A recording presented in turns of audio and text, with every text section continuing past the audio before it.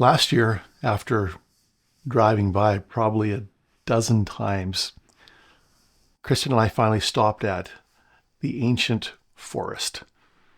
Don't ask me how to pronounce the native name here. It's located in north central eastern British Columbia. Take a look at the map here. Prince George is over here, and down over this way you have Mount Robson Provincial Park, and Mount Robson, the tallest mountain in Canada, I believe. And that's just a little bit west of Jasper and Jasper National Park. So that's the region we're in. This is all Rocky Mountains. Beautiful, beautiful area. We'd actually camped the night before at this little campground, Lucerne Campground. We actually paddled up some little rapids here into this lake and up through a bit of strong current here into Yellowhead Lake. It was one of our early paddles of the year.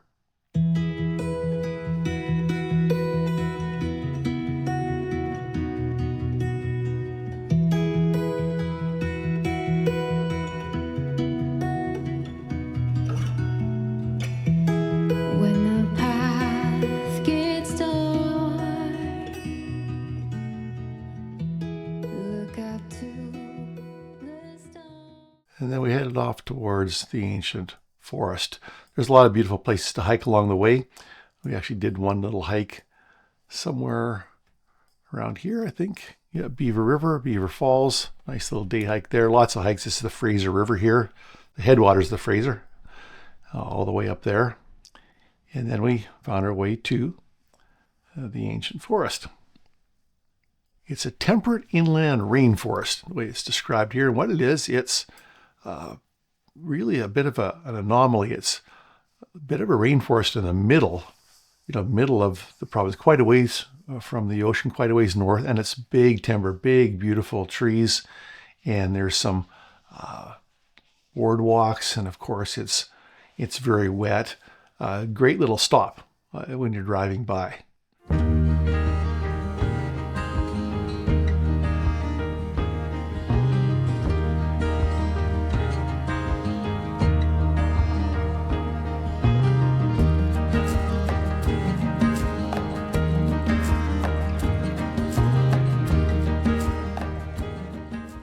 And one thing I decided to do that day while we were there was to do a bit of a test on waterfalls, on shooting waterfalls and just testing the shutter speed on waterfalls. Like, how fast do I really want to shoot waterfalls? Do I want it to freeze the drops? Do I want it to be that more blurry look? What actually works for different kinds of setups? So I did some fiddling around, did some testing, and here's some images I took of a particular waterfall with the different settings. These were taken with my Tamron, 18-300. I believe they are all about 18, f3.5, and because it's on my a6400 crop factor of 1.5, that would be the same as about 27 millimeters. So here's some pictures of basically the same shot with some different settings.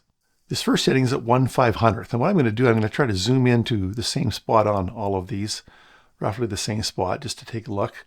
And we're really, don't worry too much about the sharpness or the color. These are raw, unedited files here. We're looking at the water, and see at 1/500th, it's pretty much frozen. A little faster, up to 1,000, it would be pretty much frozen. 1/500th, it's frozen. Get a little bit of a sense of movement, but not a whole lot. This is at 1/200th.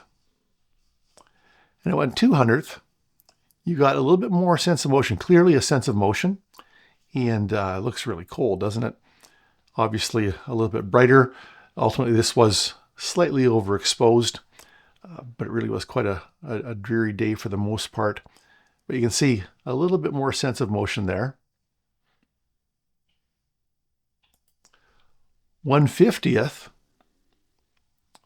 you really start to get that sense of flowing water and waterfalls. You can still make out, little individual drops are like, short little lines, and you can see it's not all a blur. There's still, still a little bit of texture there. When we bump it up to 1/20th, 1/25th of a second, or I guess down to 1/25th of a second, then you're really getting this sense of flow. At 1/15th,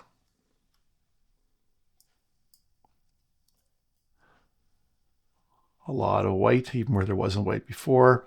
You're starting to get, a blurring here. And then finally at 1/10th of a second, you have that smooth, silky, looking water that you see in a lot of photos. Now, which setting you use in different places will really depend on the effect that you want and the actual water effect that you're looking for. Different falls, different setups would look a little different, but that's what I did here. And ultimately, in this setup, I actually liked the 1/10th of a second setting. And here's when I did the JPEG up. Here's what we landed with. And I'll just zoom in to the spot again. And here's kind of what it looked like when all was said and done. Kind of a nice effect. It's not the world's most epic photo, but it was a pleasant photo, a pleasant spot along the boardwalk, and a good place to do some testing of the different settings. I did much the same thing in a different location at a different time. I've pulled those as well. This is Clinton Falls. There's actually 3 little waterfalls you can walk into near Clinton, BC, which is a little bit north of Kamloops. Another great rest stop. And there's a few different settings here. The pictures are not all identical, but very similar enough to tell you this is 1/500th of a second.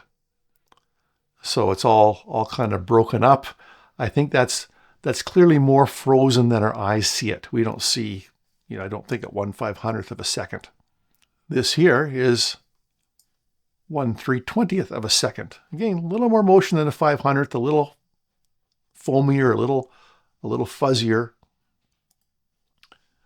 1/250th. 1/100th. 1/80th. Really going for some incremental differences here. That's getting quite blurry. Big jump there from 1/80th down to 1/25th of a second. And here we have once again 1/10th, where it really becomes that silky smooth looking flow of water. Be able to cycle back through those backwards for you. That's the 10th, and that's the 25th, and the 80th, and the 100th, and the 250,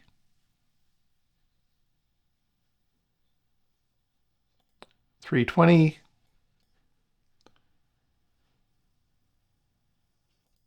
and 500. 500, 10th.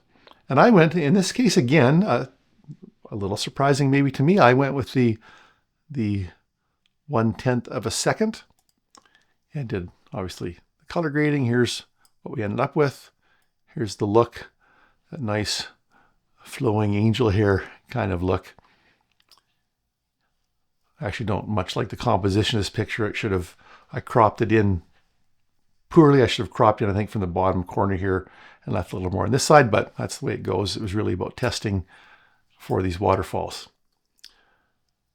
Back to those original ones, the different speeds from highest speed to lowest speed.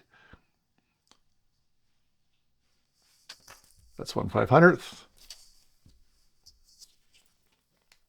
1/200th. 1/50th. 1/25th. 1/25. So it's a 25th of a second. I'll make sure I label these so you know exactly what the speed was. A 15th of a second.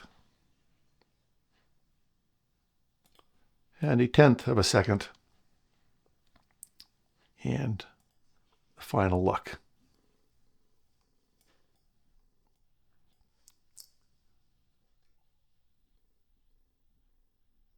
So again, the setting you use will probably depend on the lighting, on the falls itself, the effect you want.